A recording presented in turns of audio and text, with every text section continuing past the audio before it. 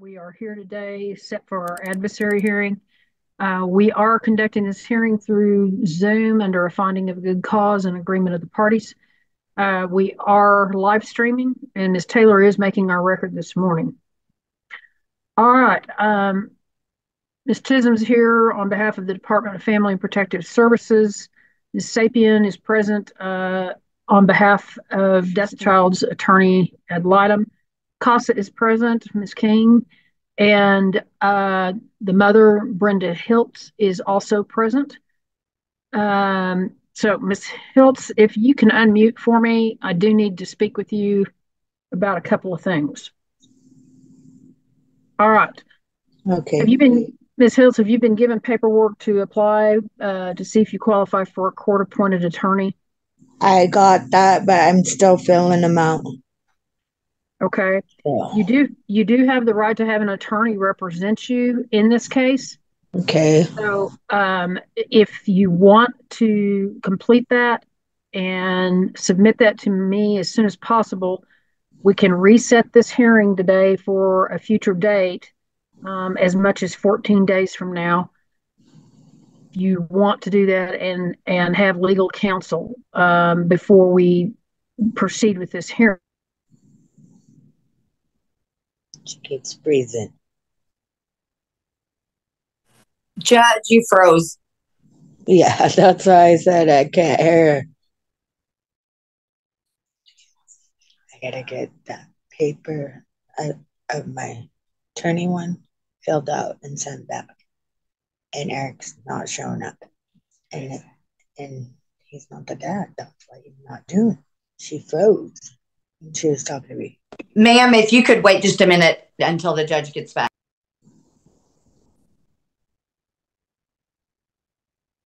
I'm going to put this case 14 days out. Miss Hill, you're not muted, so we can hear everything you're saying. Okay, my apologies. Let's see if this is better.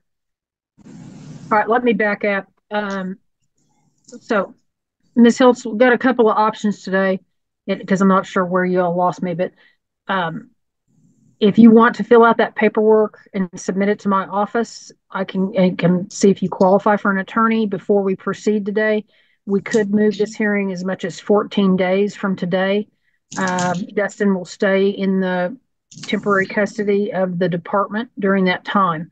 The other option is if you want to speak with the department's attorney and perhaps the ad litem and see if there's any agreement that you can reach today, you can do that and then we can proceed. But it's you do have the right to have an attorney. So what would you like to do? I will fill out that paper and get an attorney to help me.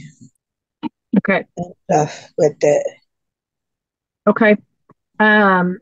Be as thorough with that paperwork as you can be. Give me as much information as that you have, and be sure and sign it where it asks for your signature. Yes. And then you can get it back to your caseworker, and then they will get it to my office. I'll fax it to her because it'll get quicker than mailing it back. She has a fax number on the paper. Okay. So that's fine. And then they'll email it to us. So the sooner you get that done, the more time you'll have to actually talk with an attorney. All right. I can do one of two things. I can either schedule this 7 days from today, or would you like as much as 14 days? I'm just telling you. 14 days work. 14 days. Attorneys are busy people, so I think it's better. It's better to do that. Okay. Yeah. All right. So what we will do is, Rachel has put some dates and times in the chat. Yeah, I've seen that. So I need to make sure attorneys think that they can do one or the other. Yeah, we just want them to come home, judge too, and not be in a foster care. Okay. So January 30th at 9 or at 1, 9 or 1, or February 1st at 9 or 1. The 1st of February works with me. Okay, Ms. Sapien, Ms. Chisholm? The first is fine. I can do the 9 a.m. I cannot do 1. Okay. All right, then we'll set it February 1st at 9 a.m. Okay. Ms. King, are you all good with that? Thank you, Your Honor. Yes, ma'am. Okay. All right, then. Get that paperwork filled I out and get will. it back, and then I'll see you back here February 1st at 9 a.m. And it I'm will gonna be be a on different. Zoom too. It will be on Zoom, and it will be a Okay. different. It will be a different link than what you used today, but you'll get that new link. Okay. Thank you, Judge. Uh-huh. And I'll get it filled out today and faxed back to my caseworker. Okay, I appreciate Thank it, you. and I'll see you in a few weeks. Yep. Thank you. All right, thank you, everybody. I appreciate everybody logging in, and you're here. Everybody have a good rest of your day. You Court too. ordered services, and we are conducting this through Zoom. We're live streaming, and Ms. Taylor's making our record. All right, we'll go ahead and check announcements. Andrea Chisholm for Department of Family and Protective Services, and we're ready. Natalie Archer for the mother, Stacy Jameson, and we're present and ready. Stacy Zabala on behalf of the children. All right, then, Ms. Chisholm, do we have any agreements in the case, or you need to call your first witness? No, I'll need to call my first witness. Okay, who's your first witness? Alexis Valenzuela. And what is your job title? I'm an investigator with the department. Okay. And in that capacity, are you familiar with this case involved? I am. I'm the investigator assigned to the case. Okay. And are Jasmine and Angel the children in this case? Yes. Okay. Do you know how old Jasmine is? Jasmine is 3. And how old is Angel? I believe she's 5 months old. Okay. And what were the circumstances that led to your involvement in this case? We originally got our intake or received our intake, and there was concerns that Jasmine had sustained an injury to her hand after it being slammed in the door. There was concerns that mom didn't seek medical attention for that bruising. There was also concerns that mom was yelling at the kids and excessively disciplining, and that was what our intake stated. Okay. And after you received that intake, did you investigate? I did. Okay. And what did you find during your investigation? So mom was able to take Jasmine to the doctor, and the doctor did not see any injuries on Jasmine's hand. She also sent me a picture of Jasmine's hand a few days after I made contact with her via phone call, and there was no injury on Jasmine's hand either. And I believe that was for the concerns of the bruising on her hand. I did at one point receive an intake when law enforcement was called out to the residence regarding excessive discipline, and law enforcement didn't have any concerns either when they went out to the house. Okay.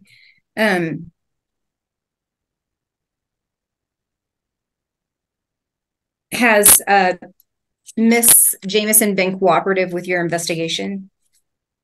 Recently, yes. Okay. But initially she was not? Right. Okay. Has she volunteered to work any services with the department? She has recently, yes. At first, when we discussed it, she did not want to be involved with the department any longer. And so I have had that discussion with her as far as, we can help you and the kiddos get back up on your feet. And so she is recently, yes. Okay. Has a family plan of service been developed for her yet? No, ma'am, not at this time. Okay. And is that because she was initially uncooperative with the investigation? That's correct. Okay. In your opinion, actually, let's go back. What are your concerns with the children at this point? Right now, I would like for Stacy just to get back up on her feet, get into appropriate housing, and make sure that she's able to provide for the kids' basic needs. Right now, she is in a shelter, and so that's only temporary for 30 days. And so we would like something long-term for the kiddos. Another concern that we had is Jasmine is not making speech therapy appointments. There was a referral completed through medical, and it was not followed through with. So her speech is a little bit delayed. Okay. And in your opinion, is Ms. Jameson's participation with the department necessary to protect the physical health of both Jasmine and Angel? Yes. Okay. And do you believe that a failure to participate in services would be detrimental to Jasmine and Angel? I do. Okay. Pass the witness.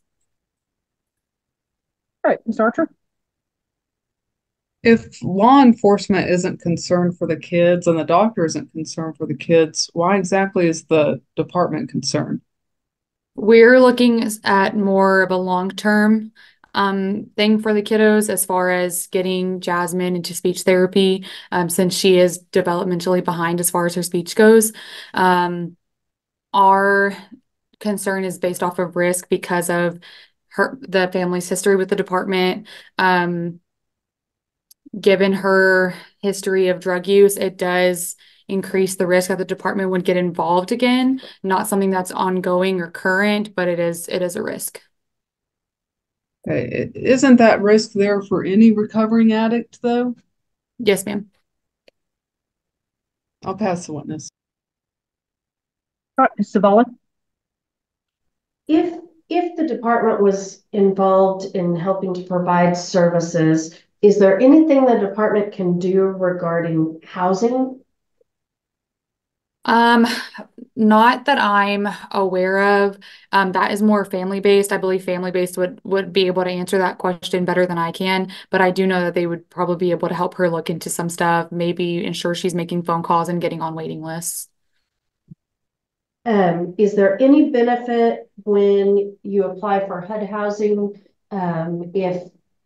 if DFPS is involved and can say, hey, the kids are here? Does that help put them ahead of the line? I'm not sure. As to the other concern for speech therapy, is that something that the department can help provide transportation for? Yes. What other services or assistance could the family be provided if they continued working with the department?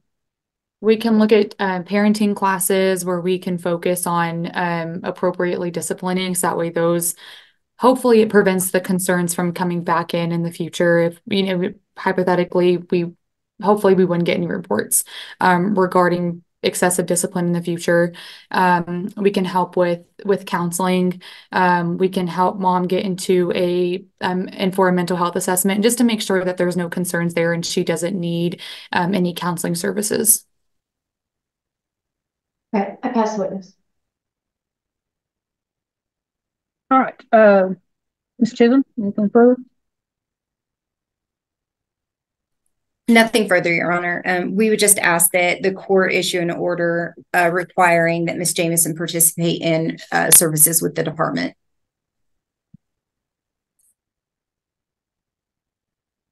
All right, so any further witnesses? Nothing further, Your Honor. All right, Ms. Archer? Yes, can I ask a follow-up of Ms. Valenzuela? Sure. When you refer to excessive discipline, can you be more specific? Yeah, so when we got our report, concerns of excessive discipline would be anything that would leave marks or bruises on the kids. Thankfully, in this case, there weren't any marks or bruises from what law enforcement could see. So that is good. But when we talk about excessive discipline, that would be marks or bruises. So that was just an unproven allegation? That's correct. No further questions. All right. Does anybody else have any questions for Ms. Valenzuela? No. All right, then Ms. Archer, any witnesses to call today? Yes, Your Honor. I'd like to call my client, Stacey Jameson. You may proceed. Ms. Jameson, where are you staying right now? I'm currently staying at the Martha's home. Have they said how long you can stay at Martha's home? They didn't give me Natalie, we can't hear you, Natalie, oh, when you're turned away. Uh-oh. Okay. Is that better? Yeah. I'll lean up. Did they say how long you could stay at Martha's home? I don't believe they gave me a direct time frame. They said it just depends on how long you work on the process it is that you're doing. Like food stamps, housing, job wise. I mean, So they're helping you with those things. yes, And are your kids able to stay there with you? yes, ma'am.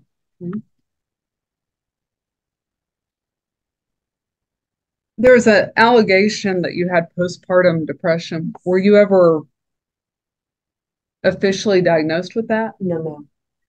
Do you feel like you have that? No, ma'am.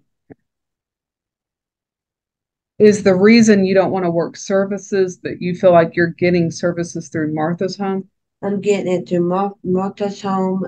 There's guidance on the resource there. There's a lot of resources that I could use if I needed them. Are you ever afraid to ask for help when you need it? No, ma'am. And have you, in fact, asked for baby items? Yes, ma'am, I have.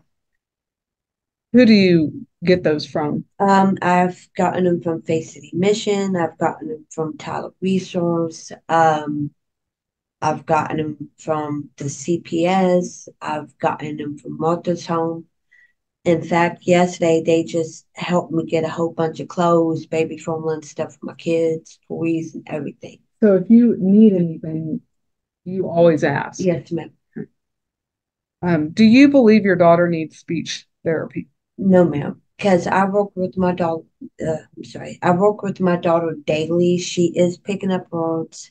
It's hard for her right now because of the tubes in her ears, because of the ear infections back to back. But even the doctor stated that could delay her speech. But now she's around other kids, adults talking, and she's picking it up. Okay, so she's speaking more now than she was 6 months ago. She just talks when she wants to. And I'm not going to sit there and force a kid, oh, you need to sit down and you need to talk right here right now. I don't believe in doing that. What happened with the finger incident? There was never a finger incident. Did she hurt her hand in the door? No. What happened? I know there's one day I had been outside. I don't remember what it was from. My daughter was coming up behind me and she wanted to go outside with me. And I told her no, because there was one of the days it was really cold. She kept trying to push the door, and I opened up the door, and I kind of easily moved her back, and I shut the door. Was that an accident? Was that an accident? I don't understand what you're saying. Did she get her hand hurt? She never got her hand. Oh. Do you always take her to the doctor when she needs it? Yes, ma'am, I do. You have a good relationship with your doctor? Yes. What is his or her name? His name is Anderson Leverton. And when was the last time you took the kids to the doctor? Not yesterday, but like day before. But you take them routinely? Yes, ma'am. Do the kids have WIC? Yes. They are both on WIC. Does your doctor have any concerns for the kids right now? No. Because he had told me that her, because I wrote down a list of words of what I've heard her say, and I took it to him. He said she's saying everything that she needs to be saying for someone her age. Okay. It's just the fact of getting her to speak. So he says she's age appropriate on language. Okay, I'll pass the witness. All right, Ms. Chisholm, you have any questions? Yes, Your Honor, just a few.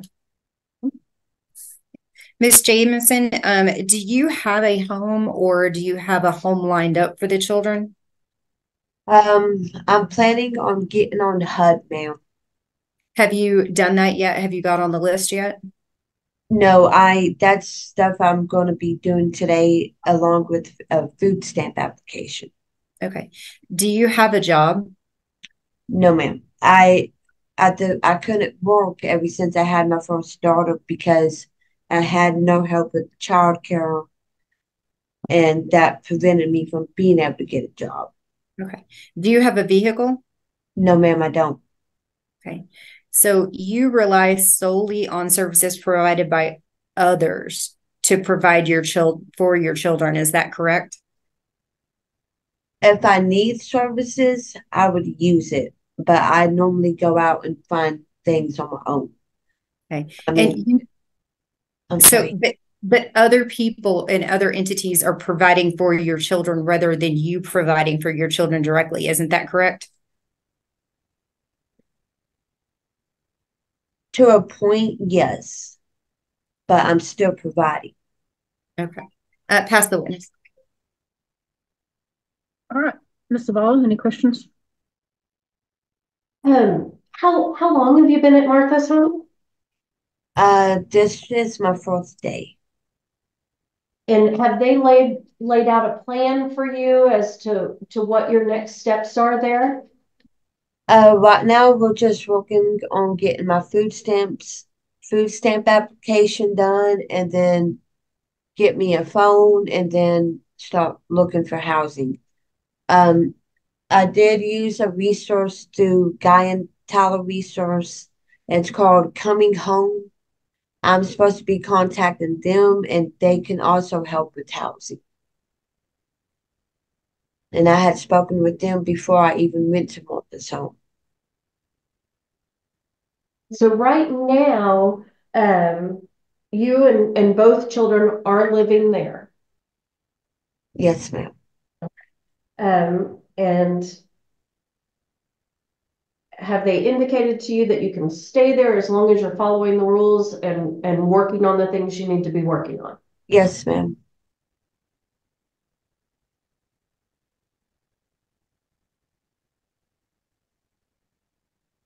Pass witness. Okay, any further questions, Ms. Archer? No further questions. Okay. All right, any other witnesses to call, Ms. Archer? No further witnesses, just argument. I apologize, Natalie. Your Honor, could I ask one follow-up question before we move on? Ms. Jameson, did you try to leave Martha's home 2 days ago? No, I tried to see if I couldn't go find some resources that I could use to help with my kids. I never tried leaving. So a report that you did try to leave would be inaccurate? Yeah, because I never tried to like permanent leave. All I wanted to do was go see if I couldn't find resources I could use to help me to provide for my kids, and that I could use later on down the road. Okay, thank you.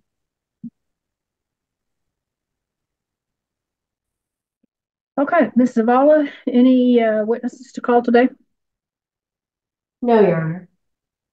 All right, and Ms. Zavala, do you have a recommendation? Your Honor, I'm always concerned about kids when there's not a lot of stability. I am familiar with Martha's home and their programs, and they've got some really great programs that moms can work through. Lots of good eyes on kids. I'm less worried because we've got law enforcement who's come out. We've got doctors' reports that those medical appointments have been made, and eyes on at Martha's home. I'm not sure at this point what in addition to what Martha's home is helping her with, what the department can assist with. I always think it's great to have all the resources possible for kids. And I am worried about their stability, but as long as she's working the program at Martha's home, it feels like that concern is addressed. If she was not there, I might feel differently about that. But at this point, I'm not hearing anything substantial that would require court-ordered participation. All right, thank you, Ms. Zavala. All right, I concur with Ms. Zavala. I'm not sure that the department's met its burden. I think probably the facts of this have changed significantly from the time that this case was presented to me. Ms. Jameson, I'm going to deny their request, and I'm not going to order you to work services, but I'm going to give you what I think is some very good advice. You're really in a precarious position in life with 2 children. I urge you to stay at Martha's home as long as you can, or until they assist you with alternative housing and some of these other things. I am concerned about the speech therapy. I think you need to stay on top of that. But if she seems to be doing better, then that's good. If at any time somebody suggests she's falling behind, then I think you need to explore that. But I think there are a lot of helpful avenues for you through Martha's home, and so I'm going to kick that can to them. I think they do a very, very fine job. You're very lucky to have a spot there, quite frankly. And so I encourage you to take advantage of that. The other thing I will say to you is, if you precipitously leave Martha's home, in all likelihood, that will be reported to the department, because they're aware that the department is somewhat concerned about your stability. So, if you make a quick exit from there and fall off everybody's radar, I can just tell you probably some of these folks will be looking for you again. And that is a different situation because, moving the kids from place to place to place is not good. And, they need that consistency where they live, where they put their little heads down at night, all of those things. So before you do anything in haste, think real hard about that. Okay, then that will conclude this. And there will be no, further hearings or no further services that you will be required to work by this court. Thank you, Judge.